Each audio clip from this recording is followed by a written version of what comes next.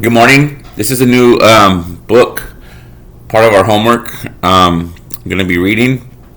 It's called The Anointing. It's Power and Pitfalls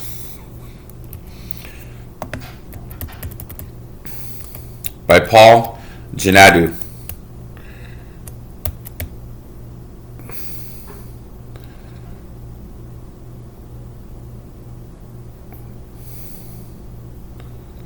Chapter 1. Elijah didn't finish his race. Chapter 1. Elijah didn't finish his race. One of the most prominent and admirable qualities in Elijah's ministry was his prayer life. James chapter 5 verse 16 and 18 says, "The prayer of a righteous person is powerful and effective." Elijah was a human being, even as we are. He prayed earnestly that it would not rain, and it did not rain on the land for 3.5 years. Again he prayed, and the heavens gave rain, and the earth produced its crops. The Bible doesn't give us much background information about Elisha. He seemed to just appear on the scene from nowhere. He stood tall among the Old Testament prophets, particularly in his outstanding ability to get things done through prayer. It's like nothing could stand in the way of his prayers. This is an encouragement to us all, since he was a regular guy like the rest of us. Then, would it not surprise you if I say that this great asset of his was the weapon the devil used to cut him short in his prime? Although Elijah was mightily anointed and extremely bold and courageous in battle, the enemy brought his ministry to an untimely end because he could pray. The devil didn't attack the man of God, but rather he tricked him. There is a great lesson for us all to learn here. Although his life was a success story, Elijah didn't finish his race. Elijah stood out and stood up. The Bible tells us about his epic battle against an army of false prophets, the wicked king of Israel, and an apostate nation. God knew he had the right man who was not afraid to face King Ahab. 1 Kings chapter 17:1 says, "Now Elijah the Tishbite from Tishbe in Gilead said to Ahab, 'As the Lord, the God of Israel, lives, whom I serve, there will be neither dew nor rain in the next few years except at my word.'" The first thing we learned about Elijah was his simplicity. For a man with such a close walk with God and super accurate prophetic insight, Elijah came on the scene unannounced. We know nothing about his background except where he came from. The second thing about Elijah that stood out was his faith and devotion to the true worship of Yahweh. At a time when the entire nation of Israel had gone off the rails, it was very commendable for a man like Elijah to keep the faith and stand alone.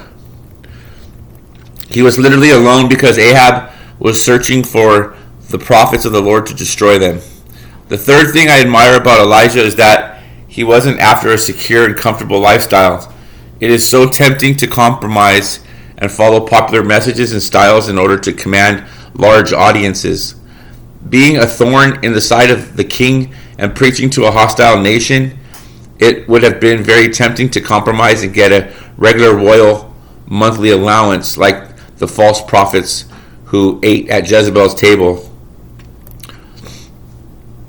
One of the challenges facing every preacher, especially those with an itinerary ministry, is the lure of big churches. If your livelihood depends on your honorariums, then it's logical that you will want to be invited to places most likely to give you big bucks. If you want to be invited again or to become a regular guest speaker, then you will have to preach messages people want to hear. Elijah escaped all that merry-go-round trap, and he paid for it as he opted to walk alone. So far, Elijah has managed to dodge the bullets of the enemy, but he wasn't home and dry. Walking alone has its own downside. The Battle of Mount Carmel. 1 Kings 18 through 19 says, I have not made trouble for Israel, Elijah replied, but you and your father's family have. You have abandoned the Lord's commands and have followed the Baals. Now summon the people from all over Israel to meet me on Mount Carmel, and bring the 450 prophets of Baal and the 400 prophets of Asherah who eat at Jezebel's table. At this time, Elijah thought he was all alone in standing against an apostate Israel, a wicked king, 850 false prophets, and a witch for a queen. Yet he was not deterred by these odds stacked against him. Apparently he didn't know about the secret work of Obadiah. 1 Kings 18:4 says, while Jezebel was killing off the Lord's prophets, Obadiah had taken 100 prophets and hidden them in 2 caves, 50 in each, and had supplied them with food and water. Neither did he know that all was not lost. God was still at work in the lives of other faithful believers, and Elijah was not his only companion. Yet I reserved 7,000 in Israel, all whose knees have not bowed down to Baal and whose mouths have not kissed him. 1 Kings 19:18.